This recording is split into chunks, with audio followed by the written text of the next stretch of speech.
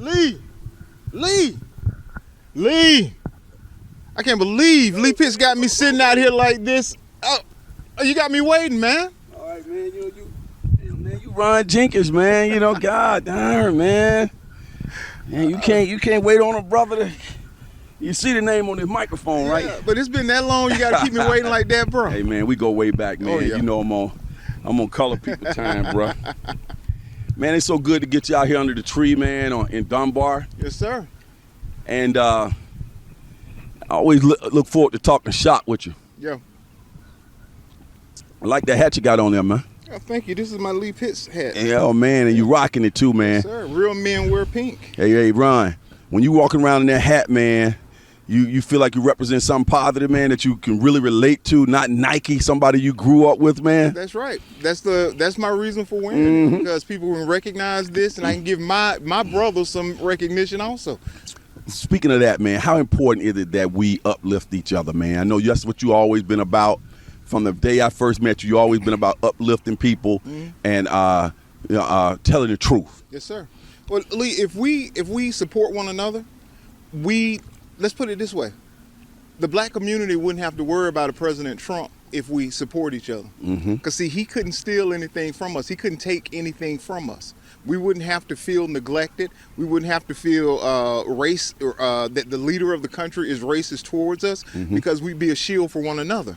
But the fact that we were not that shield, or we are not that shield yet, that gave him license to say whatever he wanted to say. And because we were so fragmented, we didn't have the power to stop it or to put enough pressure on elected representatives to make them stop it. I can't wait to get into some deep stuff with you. And one of the things I'm going to ask you before I go, I'm going to back up for a minute to establish you on the show. But I'm going to certainly ask you, because you're a well-known African-American Republican. Yes, sir. And right now, you are not speaking in glowing terms about who will soon be the former president of the United States. But let's don't go there yet. Let's go back to Ron Jenkins. Many people know you from your work on radio. You're outstanding radio host. I think you were on radio before I was even on television, or was simultaneous way back then in the 90s, way right? Back. You always been in the communication field / a deep reader of social and political information. You walk around with all that stuff in your head like a computer. So every time I sit down with you, I say, hey, I got to have my act together, because Ron started quoting all kinds of stuff. But check this out, Ron. Let's go back for a minute and establish you.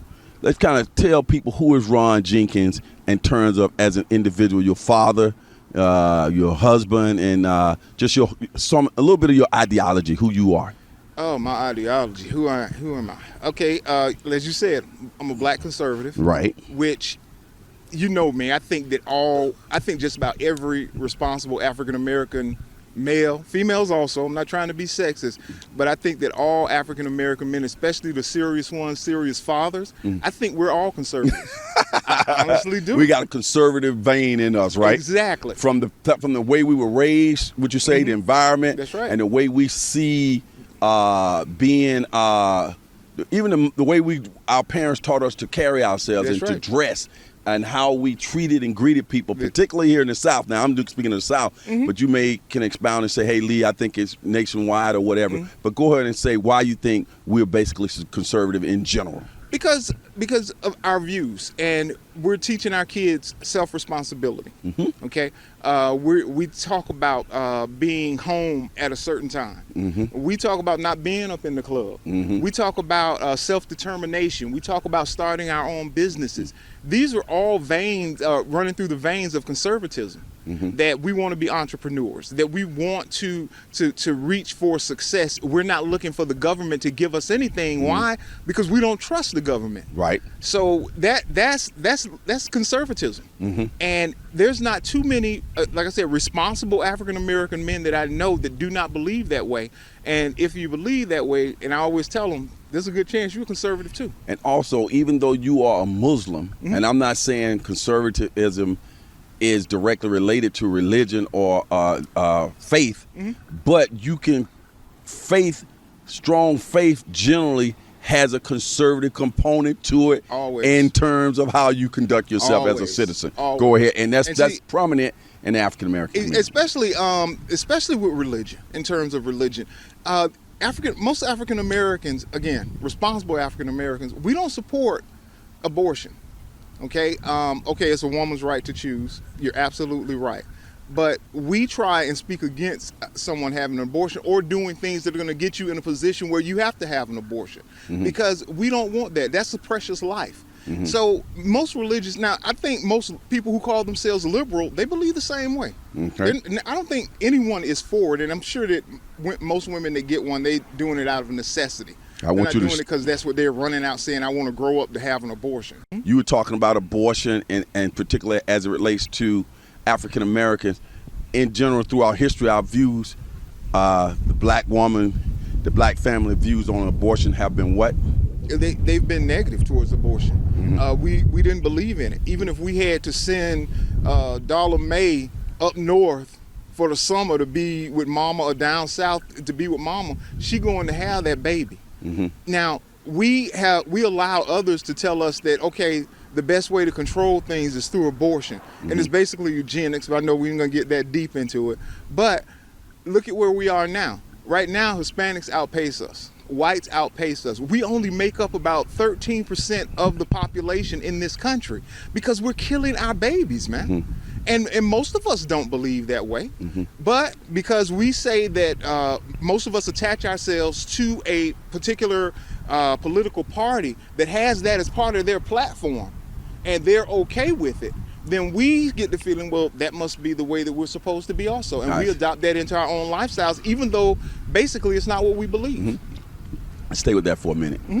Is there a certain point in time that you can sort of identify through your readings where this concept, as it relates specifically to abortion, switched in the African American community? I honestly believe it had to do with when welfare was established in the 60s. Okay. Because we started looking at it because we weren't taking care of our children the way that we used to. Okay, and we felt like the government would help us with it. We like where we live. Okay, you're on welfare right now. You're on housing right now. The government is telling you how many kids you're supposed to have, how much income you how can much have too. income. I know that from real world experience. Exactly. So now you start to think, instead of you thinking in terms of life, we start thinking in terms of materialism. That I can't have this kid because, of course, you do have to feed it. But the time to think about having to feed that child is before you go and have the sex with someone you didn't want to have a child with. But instead of thinking that way, keep that mic right there. Oh, I'm sorry, man. You start getting all carried away. My hands. You can use it, but just use that left, Ron. Go ahead. Instead of thinking that way, we let someone else come in and switch up the entire way that we look at what a family is supposed to be. All of a sudden, it's okay, there's not a man in the house. So since I'm not married, I got these other kids, I need to have an abortion. Whereas before, it was reversed. We need to have a man in the home. And of course, it would be important to choose a good man. Back then, and I'm sure there were bad boys back then too, and the women were attracted to them then too. But back then, they also were looking for someone who was responsible. But if the government's paying the rent, and if the government's feeding us, I don't have to worry about having a responsible man. I don't have a responsible man. I got this dog. I don't want to have his baby. So I'm going to go out and I have to get rid of this kid. You can track a lot of things from the welfare state. Oh, yeah. I can tell. Oh, yeah. And we could unpack the welfare state right here in terms of where we are in society right now, still tying that to conservative principles that were abolished along the way.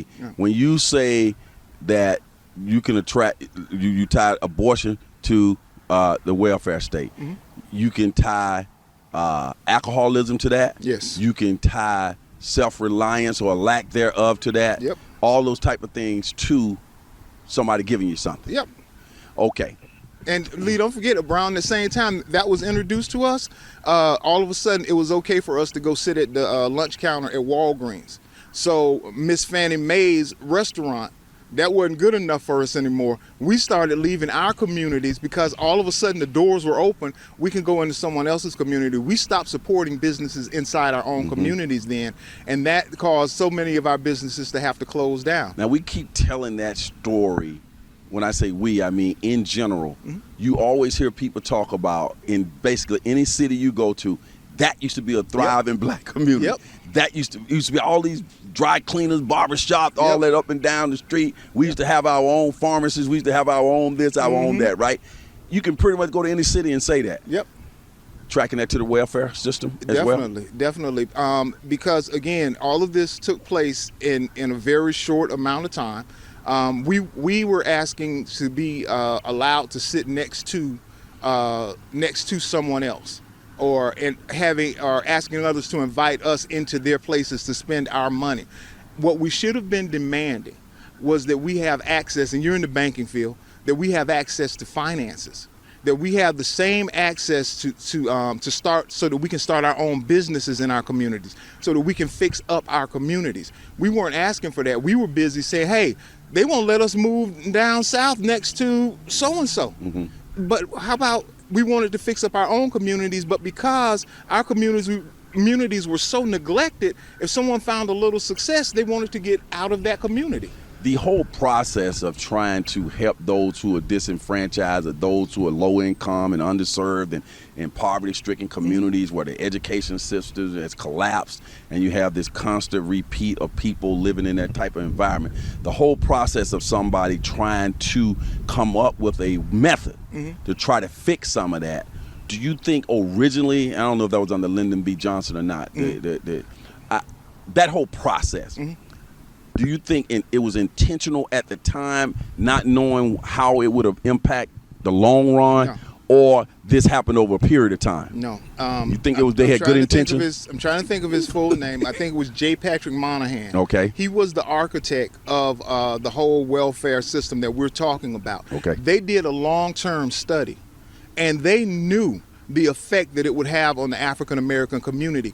You have to, back then, think about the way that we thought. This is supposed to be a Christian nation. But you're telling a woman, we'll give you a house, we'll give the kids a house, but you can't have a man, but no father in the house? What kind of Christian nation would do that and not think that it's going to have a negative impact? So they did studies. They knew exactly what was going to happen. And you had black men out saying, okay, Who is they?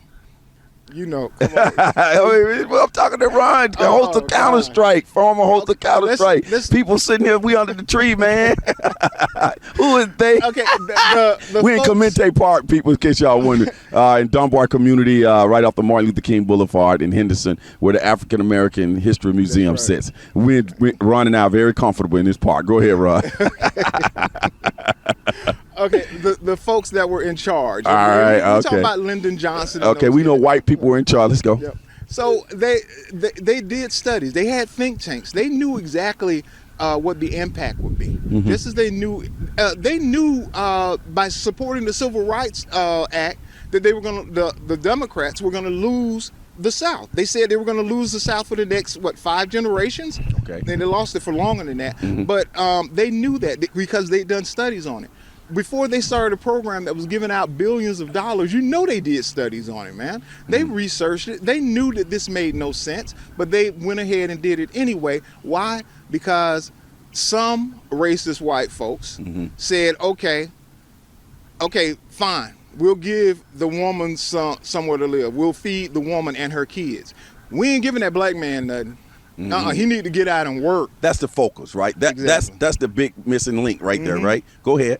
So the whole thing was, okay, we're not going to do anything for those black men. You know the old saying, they're lazy. They don't want to work. They this, they're that. Take care of their family. Yeah, Alcohol. And you don't take care of your family. Of course, okay, you're not taking care of your family. Why? Because the government stepped in and started doing it. So you didn't have to. Then we start talking about the irresponsible men of today. Yeah, some of that came into play because of a system that was set up that we didn't set up. Someone else set up for us, and they started marshaling us into those places. We went along with it. Okay, because hey, what's that motto? If it's free, it's for me. Let me go get me some. So, how did that? Assuming that I'm not necessarily agreeing with you on things, I'm just conducting an interview because I want to get you to expound on this. But let's say, how did that system impact how the black woman viewed the black man? To me, Lee, and I see it going on today also.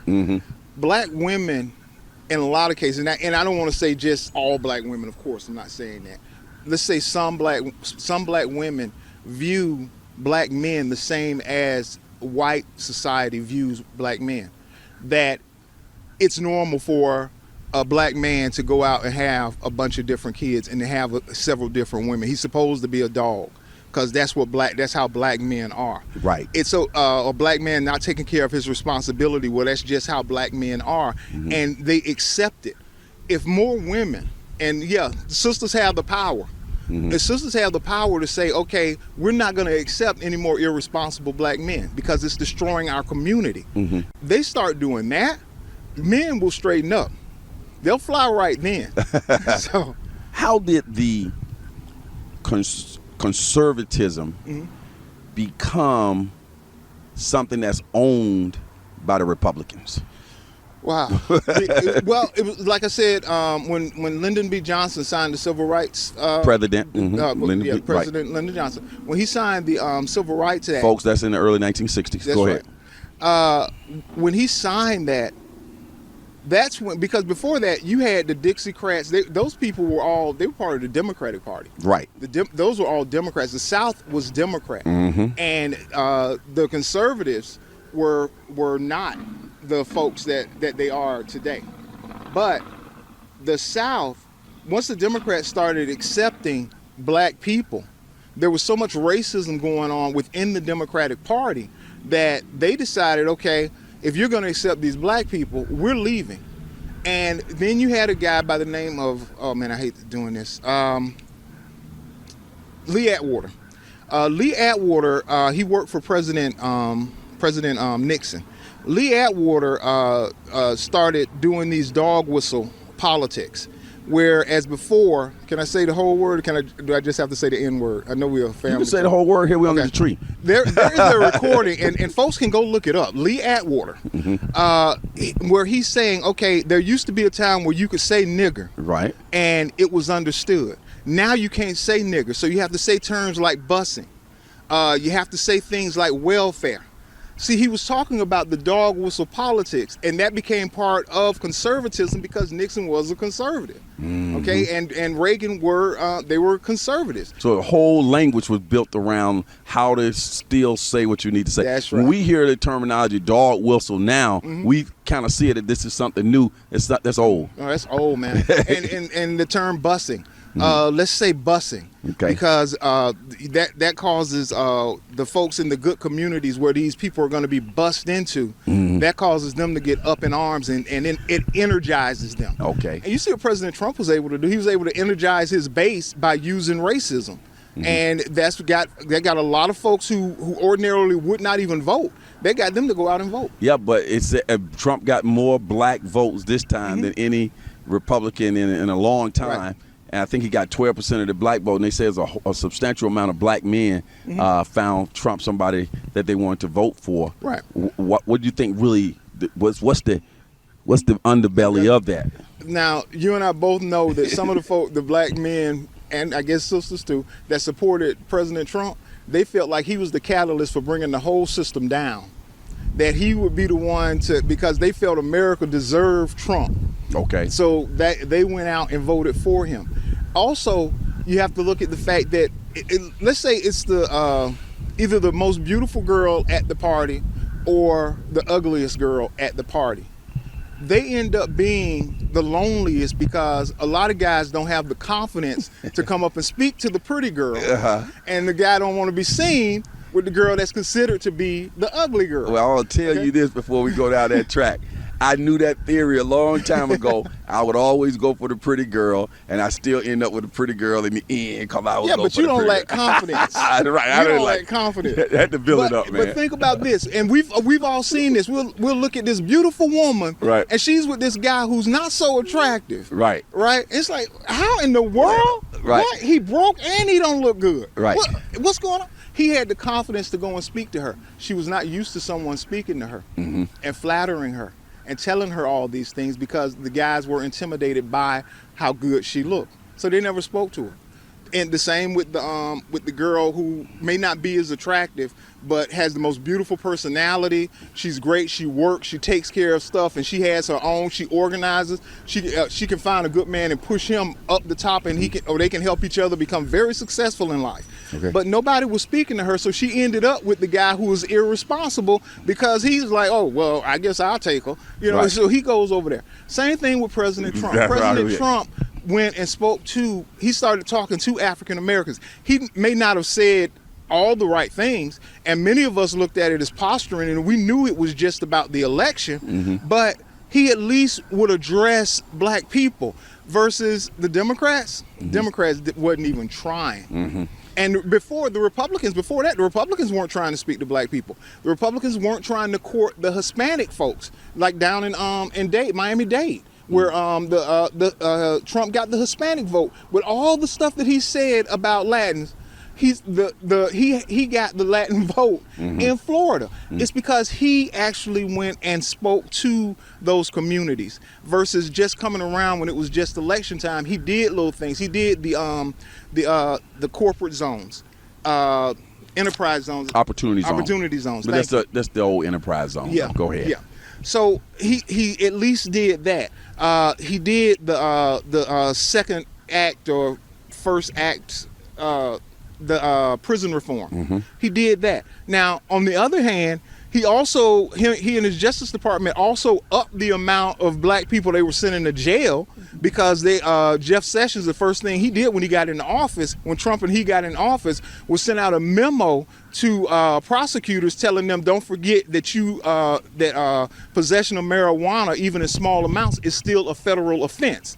Until that time, private prisons were on their way out. They weren't making money, and they were about to shut them down. All of that got rescinded once President Trump got into office. So when I hear black men saying, oh, I didn't vote for Joe Biden because of the 1994 crime bill, which most black people supported at the time, when they say that they blame him for that, but they don't actually look at Trump's record because President Trump is so busy shouting other things, saying he's telling everybody to look over there when what he's doing is on the other side.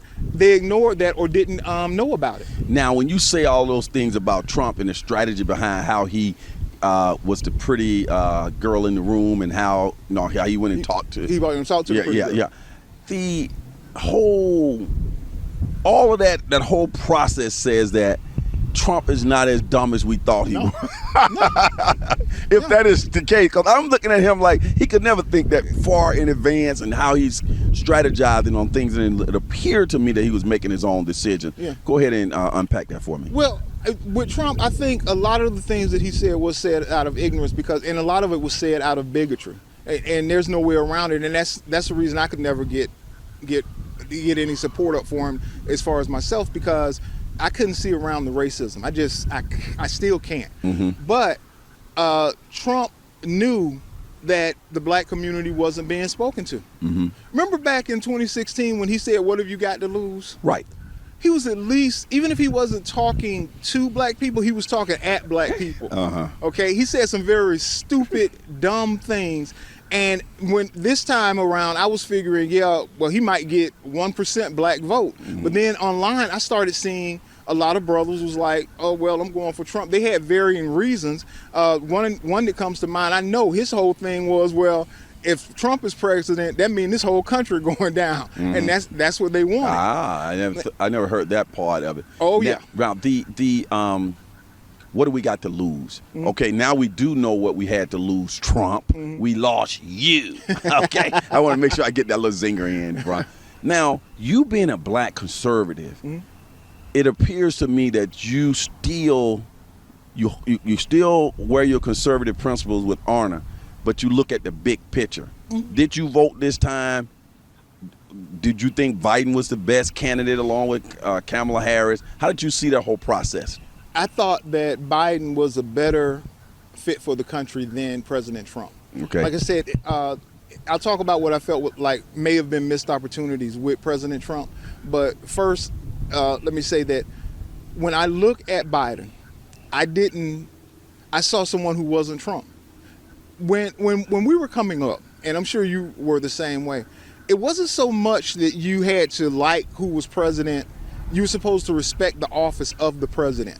You always expected the president to act with dignity, even if he wasn't dignified behind closed doors. He may cheat on his wife, he may curse, he may do all kinds of things. Barack Obama smoked, but he never smoked in public. So the way that they presented themselves in public and around the world was supposed to be as the very best, at the very height of what an American is supposed to be, and have the dignity of the best of what America is supposed to be. I still haven't seen him smoking. I never seen him with a cigarette in his hand. But I saw pictures of him. Okay, go ahead. But President Trump didn't do that. He didn't respect the office of the president enough to put away his Archie Bunker persona. Basically, he was Rush Limbaugh. Right. Okay, for 4 years he was Rush Limbaugh, and of course a lot of white conservatives love Rush Limbaugh. They don't all love him, but a lot of them do. And now at the time that we're taping this interview, you know, we still posturing Trump, saying it was all fake and the election was rigged, and we're still playing around with that. We know that eventually he's going to be out of the White House, but it's a nice little theater going on right now. This whole theater process that's going on right now, is this something you expected? What do you think about it? Just talk about that. What's going on right now is exactly what I expected to happen in 2016 if he lost to Hillary Clinton. It's the exact same thing, that he was going to claim that they had to have a recount, that it was cheating going on, that I didn't lose, they took this from me, and he's pushing it as far as he can. And I think the basic reasoning behind it is it has to do with power. It has to do with fear. I think, this is my personal feelings, of course I have no proof other than what's going on in the state of New York. The state of New York has all kinds of indictments waiting for Citizen Trump. And he's worried that when he gets out that they're going to go for him. But if he can commit enough turmoil in the streets, get enough people mad to go out there to defend Trump, I think that his game plan is that New York will kind of leave him alone, or even if he's found guilty, he'll just get a slap on the wrist, because you got millions of people taken to the street in his support because he shouldn't have lost the presidency. Right. Now, I've been openly, people know I've said that I don't think Trump will ever go to jail, but we'll see all of that play out. The Trump, before we move from Trump to some local politics. I wanted to make a point about him. Right. Okay. I'm going to let you get that point. Okay. Let's go to Trump and the future of Trump in politics, and the future of Trump controlling the Republican Party going forward from afar. Yeah, I don't think it's going to be from afar. I think that because right now, the people that should be coming out and saying that President Trump should concede for the good of the country, they are not doing it. Like a Ted Cruz, he would normally be out there doing that. Marco Rubio, they would be out, because they are moderate Republicans. They would go out there and they would do that. They're not doing it this time because they want Trump's endorsement for 2024. Mitt Romney is, and that's about it. Mitt Romney, but he knew he wasn't going to get it anyway. But Trump and John Kasich, who I would have loved to see run. But those guys aren't going out and pushing it because they don't want to lose that support. Some of them have elections that are coming up in a couple of years. They don't want Trump out there tweeting about them or coming out for their opponent. So they're not going to say anything for as long as they can. Secretly, I'm sure they're wishing that he would just go home and just cut it out. But he's not doing it. And that means that he's going to have sway over them for at least the next couple of years. Because losing that Trump endorsement, man, he had the second most votes, popular votes, of any president. Okay, it just so happened that Biden broke the record for the most. Okay, but he had the second most. I mean, close to 75 million people voted for him. So they're worried that he may come out and start speaking against them, and they can't stand that. Ted Cruz had a hard time last time with his election. Marco Rubio had a tough time. They don't want Trump coming out speaking. Lindsey Graham, even this time, they don't want Trump coming out speaking against them, and that's the type of stick that he holds over them right now. 4 years from now, will Trump be the candidate for the Republican Party for President of the United States? If he decides to run, he will be. If he decides to run, he will be. And it's because what I'm thinking is that what Trump did these last 4 years, it worked. It worked. Keeping everyone divided, keeping everyone constantly at a fever pitch, whether you're for him or against him, keeping everybody amped up like that, it worked for Donald Trump. So a lot of these guys are going to be thinking, why not? Because despite all their rhetoric, I don't believe that they care as much about the country as they do about having power for themselves. Trump getting all of those votes that you just enunciated. I think you said something around 75 million. Close to 75 million. Right. Now. You hear it all the time amongst black people especially, that they were shocked that that many people, particularly white people, supported Trump and smiling in our face. Go.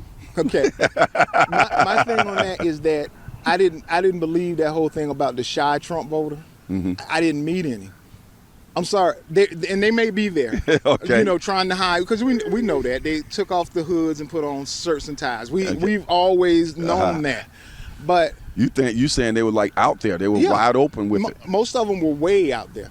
So I always expected that this was going to be a close election. Okay, but I also expected that, and I think that's what happened this time. A lot of folks that didn't vote for Trump last time, they voted for him this time because, let's face it, most of us just like to rebel. And if the establishment seems to be so against him, let me go out and cast my vote, because now I'm a part of something. I'm a part of a movement. And that's basically what Trump seems to have. He seems to have a movement, and everybody wants to be a part of a movement. You saw what the Tea Party got going, the Me Too movement. Everybody wants to be a part of a movement. And so Trump has that going. People want to join. And plus, they feel like he's seeing them. It's like that pretty girl. She may know that this guy's lying to her about the job, about the car. He might live with his mama. She never saw his house. They've been seeing each other 6 months. He's probably living with his mama, or he might be married, but he's speaking to me. You know what I'm saying? So I think that's basically what happened. All these folks were like, okay, he may not be the handsomest at the party. He may be broke and driving a broke down car. He may lie a whole lot, but at least he lying to me. He looking at me lying, versus the others who would they look away from me, but they were still lying. At least I got somebody looking at me and lying, okay, trying to make me feel good. Along those lines, do you think that a person can be elected to the president of the United States with an all-white team, white man team, white males, vice presidential candidate, partner, white? Has that ship sailed, or will it have to be at least a female or a minority a part of the ticket for you to win, whether you're Republican or Democrat? Lee, 4 years ago, I would have told you that just straight old white men could not win anymore. But if African Americans did not go out and vote this time, right, Donald Trump would be president. Sure would. Again. Hey, if it hadn't been the pandemic either. Yeah. I couldn't believe that it had to take a pandemic from 100 years, once every 100 years. Because everybody was just sitting back cruising thinking he was going to win. I mean, that a Democrat was going to win. This was before the pandemic came. We just figured everybody was going to be against this guy. Everybody would vote for him. He got more votes than he got last time, man. Wow. Way more. And so a sunken economy, a pandemic. Yeah. A lot of racist rhetoric. Yep. All of a sudden, remember when he was running, unemployment numbers were fake until he got into office. They were all fake. You look at the vote count. If anyone should be suspicious of, if anybody should have filed grievances, it was Hillary Clinton in 2016. What did she lose? 77,000 votes over Wisconsin, Ohio, and I think Pennsylvania. She lost. If 77,000 people across those states would have voted differently, or would have went out and voted, she would have become president. But she didn't challenge anything. She could have very easily done so. That's pretty much the American way, though. You lose, you concede, and you move on. The peaceful transference of power. That's what separates us from everyone else. But this time we have a person in office that does not care about, doesn't seem to care about the country, but only seems to care about himself. Without getting too bogged down in the civics of the Electoral College, which essentially gave all the states an opportunity to be a part of the election process without one particular state with the largest population controlling who becomes the president of the United States every time. Right. Do you think the Electoral College on its face is a good system? Yes. And the reason I say this, because people always say that, well, you have these small states that get to decide where, who becomes president. That's exactly right. You have small states. North Dakota gets 3, I think. Texas gets 40, maybe 60. I wouldn't be able to recall all those. Florida, I think, gets Florida, 30 now. Texas, and California. Yeah, and the big ones. California is like 60 or something like that. So if you did not have that, why would someone who's running for president care about what was going on in Iowa or Idaho or New Hampshire, Oklahoma, those kind of states? You just do things that were good for the most populous states, because they could literally get elected just by winning California, Texas, Florida, and New York. They wouldn't have to worry about any other part of the country. And when we came together as the United States, it was supposed to be about fair representations for everyone that was signing on to that agreement, signing on to that Constitution. Right. So it would be unfair to say now, okay, we have a vast population, even though we're only giving you smaller states a few electoral votes, we're going to take them away too. And we're just going to go by popular vote. Right, and that's that weighted average. And what was so beautiful about that is back then when they had that Constitution meeting and they came up with all these ways to create this electoral process in the United States, it still holds to this day. And sometimes when I'm looking at this, I'm like, man, they were really forward thinking, and it still holds to this day. Yeah. You got to get out and work the whole country, and you still have some power no matter where you live. Exactly. Because if you didn't, man, who would care about what the people in Idaho needed? It's on the federal level. They wouldn't care. That's why we have 2 senators from each. It doesn't seem fair that California, with several million, 300 million, they get the same amount of representation with 2 senators in the Senate as like North Dakota, South Dakota. Not 300 million, because I think we got close to 300 million people in the country. But I don't know what it is, but they got a big state, right? But my point was that they have so many millions more of people in California than they do in Idaho or New Hampshire, but they only got 2 the senators. Same representation in the Senate. Some people think that that's not fair, but the House, of course, is different. They get more representation. So to me, it's already being distributed fairly. It's just that in the last election, it was very plain. Remember, Hillary Clinton never went to Wisconsin. She never went. If she did, she went once or twice early on. She just thought it was a foregone conclusion. She was going to get Wisconsin and Ohio. Forget about it. She just knew she was going to get Ohio. So she didn't spend a lot of time going there. Donald Trump did. And he ended up winning those states. She didn't, because she felt like those folks would just automatically reject him. But again, he spoke to a lot of those folks in the rural areas, and they were like, okay, this time I got a reason to come out and vote. He talked to me. You said you wanted to make a point about Donald Trump. I don't know if we got it in there. Yeah, no, I didn't. One thing about Donald Trump, and this may end up being a regret for all of us. I wonder sometimes if we didn't miss an opportunity. Like I always say that I could never see past his racism, no matter if I agreed with the judges that he appointed or some of the policies that he enacted. I couldn't see around his racism, so I never wanted to engage with him or anyone who would support him. But Lee, remember when we were coming up, and you and I had a conversation about it one time, COINTELPRO, the counterintelligence program, all right, ran by the FBI. J. Edgar Hoover. That's them. That's the man. They out to get us. We had a president in office who was saying that man, we got to stop reading all that Malcolm X stuff, man. I know, right?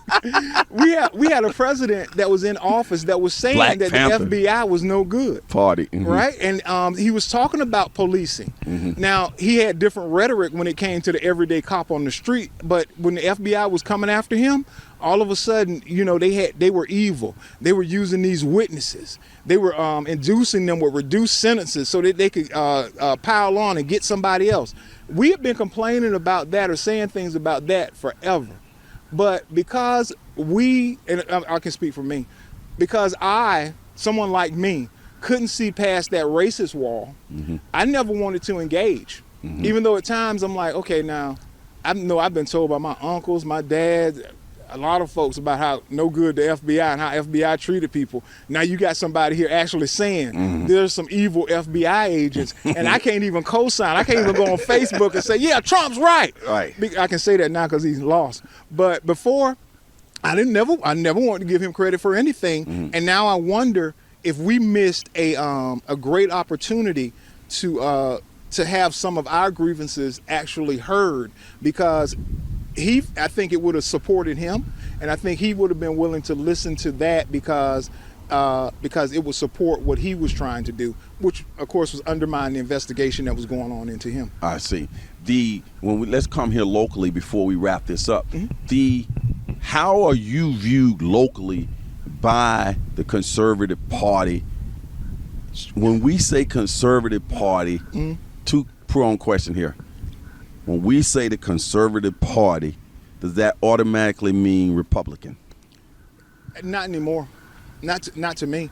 For instance, you have like the Lincoln Project. That's made up of Republicans and conservatives, true conservatives, and I guess Democrats are a part of them now also. But when they started out, they were an anti-Trump, anti-President Trump Republican group. And they were doing that. They were setting themselves up because they felt like he didn't really represent conservatism, and he didn't represent Republicans, and he didn't represent the country. So now we have this big split. And as far as me, the way I'm viewed, let's just say I used to get a lot more invites to meetings in the conservative than I have. You were that black last conservative, local black conservative. But now I don't think I have any. Yeah, I'm pretty sure most of the, especially white conservatives that I had on my board, let's say Facebook or even Twitter, and that whole, they unfriended. They're like, really? gone. Yeah, they didn't appreciate the things I had to say about the current president. So But locally they left. here in Southwest Florida, the District 19, Brian Donalds, conservative, went on to win. Now he's headed on to Congress, African American. When you look at him, and are you proud that he says he's a true conservative? He's going to Washington, and I know you and him have some history together. I'm proud of Byron again, and I've said this before because I can see where Byron is coming from. There are a lot of politicians, you speak with them, and they throw a bunch of talking points at you. Even during interviews, you know this, during interviews with them, they just throw talking points out there. Byron can actually sit down and talk about the historical ramifications of what happened and why he feels this way and how he progressed to where he is right now. And I believe him. Now, and I've told him this, I just don't see the support for Trump. I don't get it, but I did. I voted for him this time, because I felt like he was the best person for the job. You and him sat down and talked again, or y'all had a little conversation? We haven't. We just back and forth on DMs, right, that type of thing. So, okay. But his support for Trump is something that I doubt we'll ever agree on. He's more into states' rights than I am, because I feel that the states haven't really earned the right to have more power than the federal government. Maybe the equality will get there at some time, but right now, the way things are jerry-rigged and with the redistricting and the way everything goes, I feel like we definitely have to make sure the federal government has some powers to intervene. Otherwise, the local good old boys will be able to control everything. We're sitting right here in the heart of Dunbar in the city of Fort Myers. This particular city, the largest African-American population, minority population. The whole area, the demographics are changing a lot since you and I were walking around here in the 90s. And we had a black candidate, Jacqueline Mcmilla, who ran for mayor of the city of Fort Myers. She put up a gallant race, made it out of the primaries, and gave the current mayor-elect, Kevin Anderson, a serious run for his money. When you watch that whole process unfold, what are some things that stood out to you at that time? I think one of the biggest things was how much Fort Myers has changed.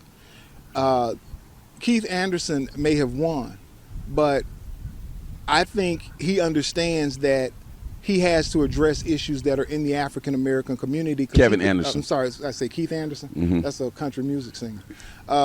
Kevin Anderson won, but I think he understands that he would. He has to address issues that are going on in the African American community, because he could have very easily have lost, because Jackie put up a very good campaign.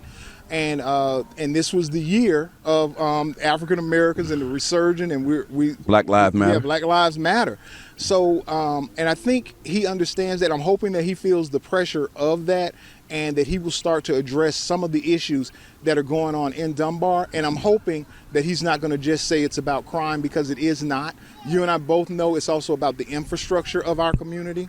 I had someone from, before I got rid of them, someone from CenturyLink in this community, because I live in this community, actually told me that if CenturyLink, I love this in the neighborhood stuff. Love it. Go ahead. Live TV, right? If CenturyLink weren't already in the community, that they wouldn't come into this community, because the infrastructure is so old. So you have to address that. What business wants to come into this community, when we don't have the proper fiber optics to make sure that all of their computers are going to run successfully, that they're going to have access to the internet when they need it? Why would they want to come in this community? Mm-hmm. So we have to also, while we say we want to address crime in the black community, also address the infrastructure, address the lack of affordable housing, start addressing some of the things that are going on in this community other than crime. Do you think that we, the city of Fort Myers, will ever have a, say in your lifetime, have a black mayor? I think so. I honestly do. From what I've seen, and this is from going to different conservative events, Lee, honestly, white conservatives want a black. They seem to love black conservatives, man. Mm-hmm. You go somewhere where Byron Donalds is speaking, mm-hmm. and them folks love him, man. Uh-huh. And it's not just Byron's not sitting there pandering. You know, he got his hat in his hand. I want y'all to come vote. He ain't doing a step and fetch. Yeah, I've seen him speaking, just saying what's on his mind. Exactly. They want to expand that. They want to expand that tent. Don't they? They do. Yes, they do. Right. And this time. So you're saying that a black conservative could be a mayor of Fort Myers? That I don't know. Okay. And I'll tell you this.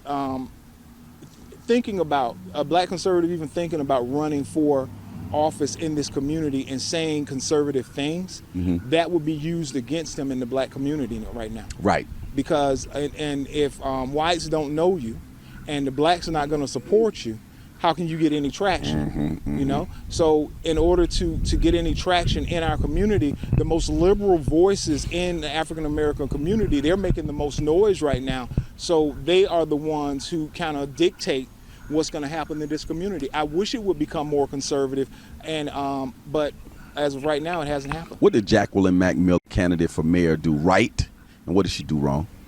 Oh boy. I know you followed it, Ron. Well, I think what she did right was she kind of touched on the populist message that was going on. She talked about the housing issues that were going on and the spending in the city and where we should be spending money. And she kind of she touched into that, and the fact that Black lives do matter, and addressing issues with the Fort Myers Police Department. So I think she did an excellent job on that. Mm-hmm. I think where it may have been lacking, and this happened, I saw this happen with at least one debate. I'm not sure if it happened in two, but she didn't have the same understanding of some of the spending, the line items, especially as far as the city is concerned. I didn't know it either, but I wasn't running for mayor. Right. So she didn't know that these pots of money couldn't be moved in this direction or taken from here because they were dedicated funds. TIF dollars, CRA. Mm-hmm. Exactly. Mm-hmm. So it was really tax increment. Yes. Mm-hmm. So that was the only part, but. As far as I was concerned, having a vision, I think she showed that she had a vision for the community. I think she was inclusive. So I think she did all of those things right. It's just that at this time, in this community, especially with all the folks that came out to vote for Trump, she just was not going to win in this area. Gotcha. But the fact that Byron Donalds won, he won over a white woman, tells you that white people will support a black candidate. Yeah. The final question.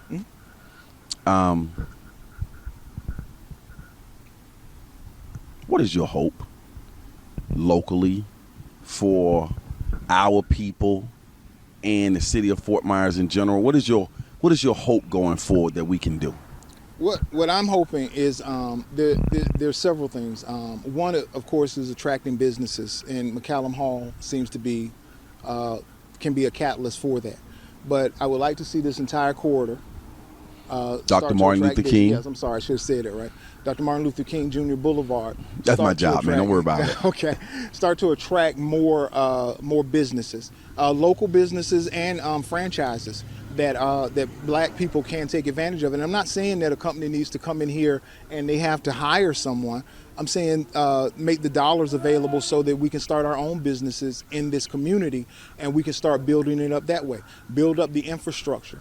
Address the relationship between our community and the police department, because right now all it would take is some kind of a shooting or unjustified shooting that could light a spark in this community, and now we'd be on fire just like we see in Minnesota and other parts of the country. Gotcha. So for right now, I would like to see them take that free report and actually address the systemic issues that the Fort Myers Police Department has. And that's not, again, I'm not saying, I'm not going to say cops are evil. I would not say that.